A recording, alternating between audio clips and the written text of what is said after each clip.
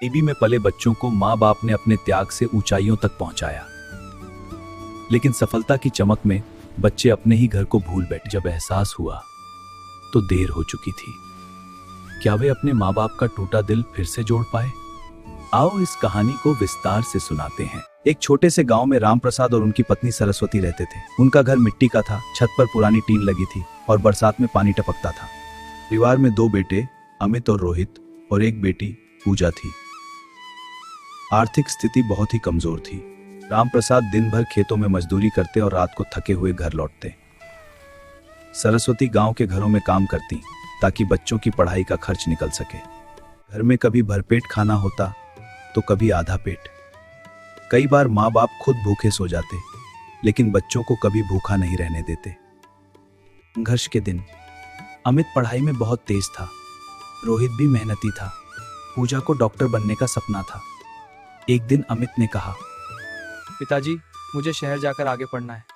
राम प्रसाद के पास पैसे नहीं थे, लेकिन उन्होंने अपनी पुरानी जमीन का छोटा सा हिस्सा बेच दिया। सरस्वती ने अपनी शादी की चूड़ियां तक गिरवी रख दी। उन्होंने बच्चों से सिर्फ एक बात कही, बेटा बस इतना याद रखना कि तुम्हारी सफलता ही हमारी सबसे बड़ी खुशी है। बच्चे शहर चले गए। सफलता की उड़ान साल बीतते गए। अमित एक बड़ी कंपनी में नौकरी करने लगा। रोहित भी एक अच्छे पद पर पहुंच गया। पूजा ने अपनी पढ़ाई पूरी की और अस्पताल में काम करने लगी। तीनों भाई बहन अब शहर में अलग अलग रहते थे। शुरू में वे हर हफ्ते घर फोन करते, माँ बाप की तबीयत पूछते। इन धीरे धीरे काम की व्यस्तता बढ़ती गई, फोन कम होते गए, गांव आना लगभग बंद हो गया। बेटी की शादी। समय आया पूजा की शादी का। राम प्रसाद की तबीयत अब पहले जैसी नहीं रही थी। सरस्वती की आंखें कमजोर हो गई थी। उन्होंने दोनों बेटों को शादी की खबर दी। पिताजी, ऑफिस में बहुत जरूरी प्रोजेक्ट है, मेरी मीटिंग है, आप आना मुश्किल है। लेकिन आंखों से आंसू रुक नहीं पाए। पूजा की शादी सादगी से हुई। गांव के लोग मदद को आए। राम प्रसाद ने कर्ज लिया। सरस्वती ने अपने बचे खुचे गहने बेच दिए। शादी तो हो गई, लेकिन माँ बाप का दिल खाली हो गया।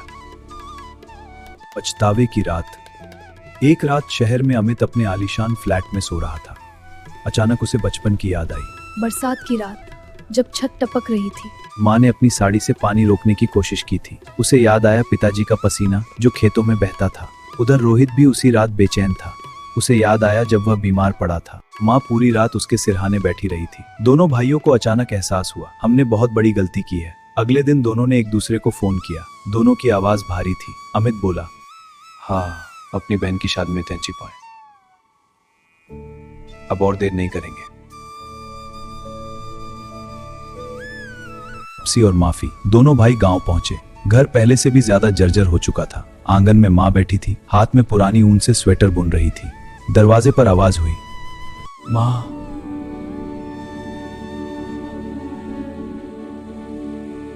हमें माफ कर दीजिए माँ।